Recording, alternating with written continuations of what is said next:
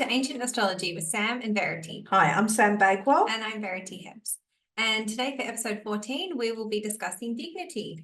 So we're looking at what I call the 5 levels of rulership. And it's a hierarchy system that I was introduced to pretty much around the same time at my beginner's stage in my fundamental classes.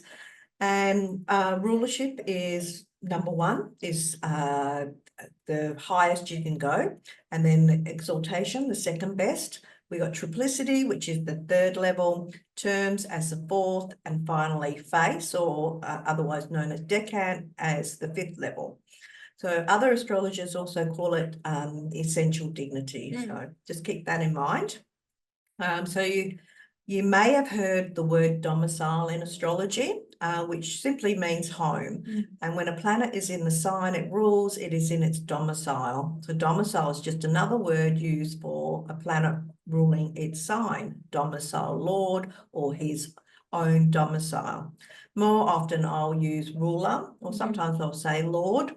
And I might say something like Aries is in rulership in Mars, or you could say Mars rules Aries. So in our first lesson, we had second episode, we had planets, and so we did introduce you guys to what planets rule, but we'll go through what planets rule and what they're exalted in. Share the screen here. So we have here by sign, and then the planet that rules the sign, and then the planet that is exalted in that sign, and then we have our detriment and fall, which we're not going to really pay too much attention to that at the moment.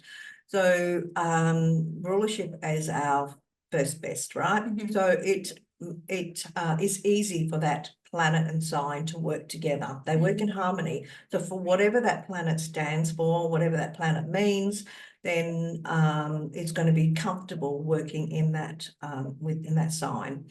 And exaltation, being second best, is still really good. So it's still consistent, but it's in the hierarchy system, it's still second best. So just try and keep that in mind, but it's still really good. And it just makes it easier for the planet to do whatever it wants to do. So if, like, let's say there was a chart, was it last episode, we looked at a chart with Mars in Aries in the 7th house. So it's very easy for this like Mars back conflict, right? So for the conflict to arise very quickly and ends very quickly. And so that's one way. Action, let's say it's also about action, Mars. So the person takes action very quickly. It's in an honorable fashion, and they achieve whatever they need to achieve. So they can think of the idea and then act on it. And the sun in Aries can still do the same thing. I mean, you've got the sun in Aries. So do you find that that's the way it works also in your life? Like you can think about certain things and then you can act on it really quickly. You normally find there are people who can pick up the telephone and call, you know, they don't have to text, or they don't procrastinate about things as much. Yes, it is like that. If I get an urge to do something, I'll usually trust that and act on it quickly. So I might just go through just for the beginners. If you're new to astrology, it's really important to remember these. They're part of your ABC, part of your early times table, however you want to look at it. These are really important to learn what a planet rules and what it's exalted in. We're sort of saying it kind of becomes like common sense. You subconscious just sort of after a while. And it is very helpful. So we have Taurus, and Venus rules Taurus, and the moon is exalted in Taurus. We have Gemini, and Mercury rules Gemini. Cancer and the moon. So sorry, I'll go back to Gemini. Nothing's exalted in Gemini. The moon rules Cancer, and Jupiter is exalted in Cancer. And Leo, the sun rules Leo. Virgo, Mercury is in rulership in Virgo and is exalted in Virgo. And Libra, Venus rules Libra and is exalted in, Saturn is exalted in Libra. Mars rules Scorpio, nothing exalted. And Sagittarius, Jupiter rules Sagittarius and is nothing's exalted. Capricorn, Saturn rules Capricorn and Mars is exalted. And Aquarius, Saturn rules Aquarius and nothing is exalted. And Pisces, Jupiter rules Pisces and Venus is exalted in Pisces. So either way, it is much easier for the planet to behave in the manner that it wants to behave if it's in the sign that it rules, but it's still it still can be quite consistent. Okay, so we can go to, do we want to go straight to triplicity? Yeah, yeah, okay. I think that yeah, not much else I wanted to say about those. So the triplicity is so there are many uses for triplicity. So for this episode, we're just looking at and we're just looking at the dignity. So if a planet is in its triplicity, well then that is still very good, you know, still very helpful. So the first thing you need to know about triplicity is the fire signs, you know, what the fire signs are. So we need to know our elements and what the air signs are. So fire, Aries, Leo, Sagittarius. Air signs, Gemini, Libra, and Aquarius. Earth signs, Taurus, Virgo, and Capricorn. And water signs, Cancer, Scorpio, and Pisces. So let's say we saw a chart and they had Jupiter in Aries. And so we would go to our fire sign because we know that Aries is a fire sign. So we'd go along to our fire sign and you can see Jupiter is here. Don't worry about this diurnal nocturnal participating at this point. That's for something else. And so we have Jupiter there. And so that has dignity by triplicity. Okay.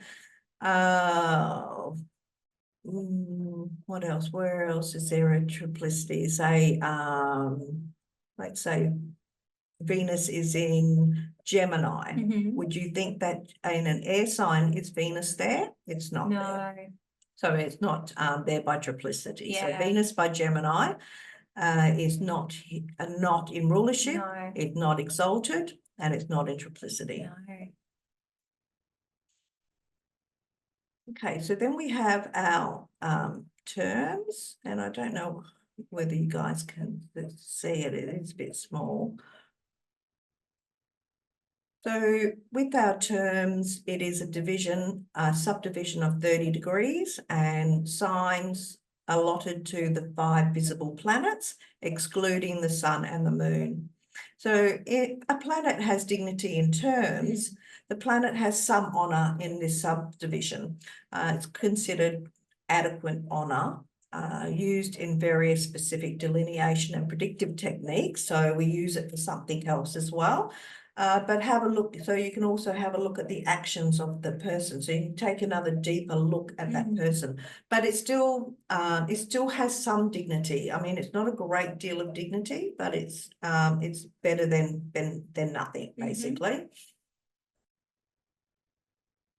So we have our face and decan, or face and decan. So if you can have a look here, you see that this whole row here, the first row is 0 to 10 degrees. The next one is 10 to 20 degrees, and the last row is 20 to 30 degrees.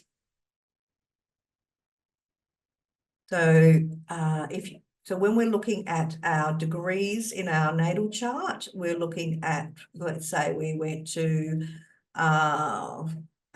28 degrees Virgo, right? So 28 degrees Virgo would fall here. There we go. So it is in Mercury's decan. So does that mean Mercury being 28 degrees Virgo is the dignity, or does it mean that gives it an essence of Well, Mercury? let's say you had Mercury in Virgo, and so that's already really good, isn't it? Well, it's of course, triplicity, it's in rulership, it's in exaltation as well. And then if you have a look down here, it's also in its decan. Right. So the Sun, Venus, and Mercury, if they fall into those decans in Virgo, would have some dignity from the decan. Well, if you had the sun Mm. in Virgo Mhm. and it was between 0 and Mm. 10 degrees, so it would be before 10 degrees, Mhm. then the sun would have dignity because the sun is there. Interesting. Yeah. And if you had Venus in Virgo and you had it from 10 to 20 degrees, well, then Venus is giving a little bit more help. Yes. Okay, so we might just go to a chart. I actually have a bigger chart. Okay, so this is Christian Dior's chart. Mhm. It's just a good chart to use because he has Mars in rulership, and then he has the moon in rulership in Yeah. Cancer.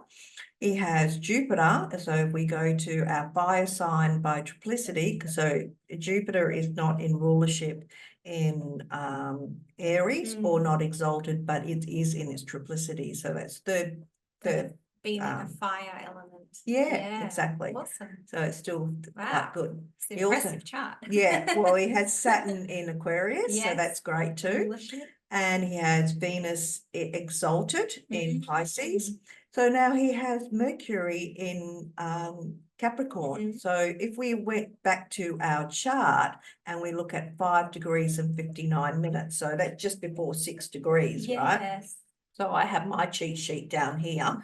And so we went to 5 degrees. We could see that Mercury rules by terms. So that would have dignity by terms. Yeah, nice. So it's not fantastic. Like I like the first three hierarchies, but it's still better than nothing, you know. And if we went to the decan and we went to 5 degrees Capricorn, we see Jupiter is there. So Jupiter isn't any help for Mercury. And in actual fact, it's Jupiter is in detriment there. So we have, at least we have it by terms, right? And we have the sun detriment as well here. But you know, so it's displays most of what we want. Yeah, out of most of the planets. We're talking about. Yeah, the 5 levels of rulership. And okay. So yeah, so that's the 5 levels of rulership, and I know it's quite a quick lesson. I don't think I have anything else that I wanted to share. And yeah, it's good to just get the information out there and then to actually see a chart that has all of those planets basically in rulership or exaltation. Well, life is easier if you have a planet in rulership or exalted, you know, for whatever that planet stands for. So for me, for example, I have Mercury in Virgo. I mean, Saturn opposes it, so it's not perfect, and it has a conjunction with the sun also. But it has made the astrology really easy for me. Like every time I feel like my class is going to get cancelled because something else stands in its way, never does. I tell the girls that basically because Mercury also rules my 4th house, so it helps that 4th house as well. So I said there's probably a 98% chance that you girls aren't going to get rained on when you come to my place because Mercury is really supporting the astrology. Mercury is about astrology. So it makes everything that Mercury is about really easy. I was a masseuse at one stage. I did base massage and I did body massage. So all those things sort of came easy to me, and there was always the money presented. Same with class information. Like I find I can I have the time for the research, and it's also information that I share with the students. Hasn't cost me anything, you know. A lot of it, other people have given me books. I mean, I have bought books, so don't get me wrong. I'm not. not that tight, but a lot of things have just come easy Yes. with what Mercury And rules. yeah, sometimes with astrology, you might not, for example, know about a book and someone might show it to you and then it can unlock a lot of information. So that could be a great gift, or someone might just tell you about a book or yeah, so it's that as well, isn't it? Those ways to gain those gifts of knowledge, which Mercury helps with. Yeah. And I also find that people, even with people that have their lords in triplicity, it's still so helpful for them. And what they say they're going to do, they can follow through with it as well. You know, sometimes things aren't our fault, right? Yeah. So if you don't have, let's say you didn't have Mercury, and Mercury was in rulership, and Mercury ruled your ascendant and it wasn't in rulership. Let's say Mercury's in Taurus, so you know it's not really a nasty Mercury. And you wanted to get somewhere on time. You're telling somebody that this is what time you're going to arrive, but something will stop you from getting there at that particular time, because Mercury is about speech and what you say. And so what you say can't actually follow through exactly that way. So it might be, you might be 5 minutes late, or, you know, you've got in a traffic jam, or you've had to make a phone call at a certain time, but that person was busy on the other line. So when you have Mercury in rulership, those sort of things don't happen as much, you know, all those, you know, the phone, the computer, they're all not too bad. So I have Saturn that opposes that. So there is that chance where that does happen for me, but it's a little bit rarer, and it's normally when I'm in a Saturn month. And do you find, because Saturn is kind of connected to astrology as well, if it's for astrology, do you find it kind of works out a little bit better? Well, it's more about the hard work. It's not connected to astrology, right? Mercury rules astrology, but it's a hard work to it. So long I'm working hard, long hours, and making very little money from it, I'm doing okay. Saturn's helping me out. That's funny. But at least you can see that's sort of maybe why. So maybe that kind of helps in a way. Yeah, I mean, I work a lot of I work a lot of hours, you know, for for what I want to create astrology for, because I want it to be the truth as far as, you know, as far as I can make it, and in my mindset, you know, it's the truth. Not saying that I know everything and that I'm always right about stuff, but it's still going to help me find that correct information, because it's in dignity. Yeah, that's a really good thing to have. Yeah, and not everybody's going to have that, but you might have it placed in a good area, you know, where it's angular and it's making an aspect to Venus, or, you know, making an aspect to, even if it makes an aspect to Saturn, that's not too bad, because it means that you're going to work hard at it. You know, Saturn it's good for those sort of things. So, you know, if we had a look at a chart where the lady had Saturn in Libra in the 10th house. Do you remember that? Can't remember what episode we looked at that chart. So she's a very hard worker. Yeah. And that's located in her 10th house for her career. So and it was conjunct Venus. So she worked really hard, but she had a big smile on her face when she's working. Her mum also lived a long life. So Venus was in rulership, you know, because it's conjunct Saturn in Libra, and mum lived a long life. Oh, I don't know whether she made it to 100, but she was pretty close to it. Wow. Yeah, somewhere in her 90s anyway. So okay, so that's just a little bit on rulership. And, you know, normally when I'm in a classroom situation, I will point people out and say, well, you've got that. And, you know, so how's that play out in your life? And I'd expect this to happen. And, but I can't do that with you guys. So. No, but it's exciting when you see the information and then you can sort of jump off and have a look at your chart and see if there's anything in rulership or duplicity, or there's quite a few different ways you could have some dignity Yeah, so it's not the end of the story if you don't have any dignity. I know plenty of people who don't have any dignity and they're living very happy, healthy lives. It will be also where it's placed as well and what aspects it makes. So there's still quite a bit that we need to get through. It could be interesting though to see, and exactly how that plays out depending on where it is. And you've got your sun exalted in your first house. So how would you think that plays out in your life being in the first house?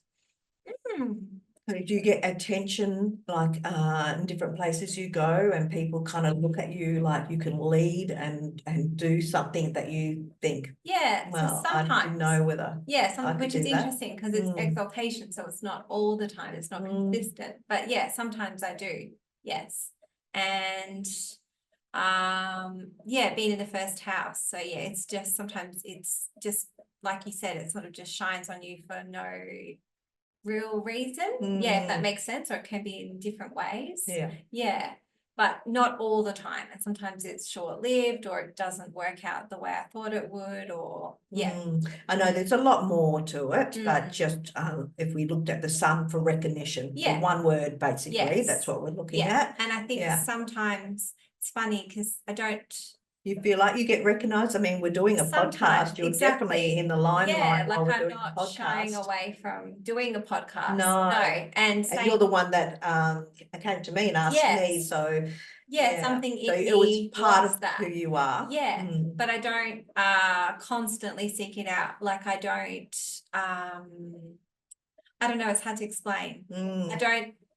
In some ways I do. In some ways I don't. So it's interesting. Like something like this I'm comfortable to do, but then I wouldn't just post a picture of myself at the park and think that everyone wants to look at it. Do you know what I mean? I don't, not saying that that's wrong or anything, but you know, I don't look for recognition. I have to do something. Because it's exalted, that's why. I don't feel like I just deserve recognition. I feel like I have to do something to gain it. But so it's an honourable kind of way of getting the attention. I don't feel like I just deserve it for nothing. I feel like I have to do something, or if I do something, then I feel like, maybe that does deserve recognition. Like if I paint something, I feel like, I should enter this into a contest. It doesn't mean I'm going to win or even get any recognition, but it's kind of like I did that for me. So but that would be a different planet, I would say. True.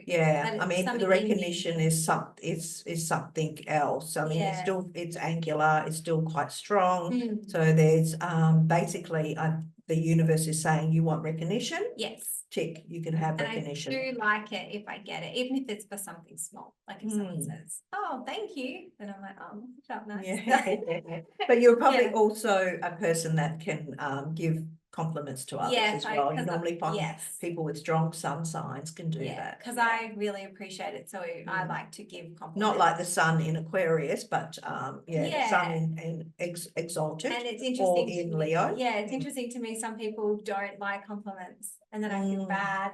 But I like to give compliments. And I do, and they mean so much to me. If someone's given me a compliment, I'll remember it forever. So it means a lot. Well, that's a recognition in another form, isn't it? Okay, so have a look in your own chart and see whether you've got any planets that are in rulership or exalted or in triplicity or even in terms and decan. So it's not the end of the story. So if I know when I first started doing astrology, I hated my chart. So, same. It's part and parcel of thinking, oh my God, I've got the worst chart in the world. It's not necessary. It's not. Because I have things like in fall, and I've focused I on do that. too. And I was like, I'm only concentrating on rulership here, you guys. Just doing the positive but it'd be interesting, if you have anything in dignity, if you comment it below as well, that would be interesting. That'd be wonderful. Okay. Well, I hope you enjoyed episode 14. Thank you. Don't forget to like and subscribe if you want to. And her recognition. Anyway, thank you. And we'll see you next time. Bye for now. Bye. Thank you.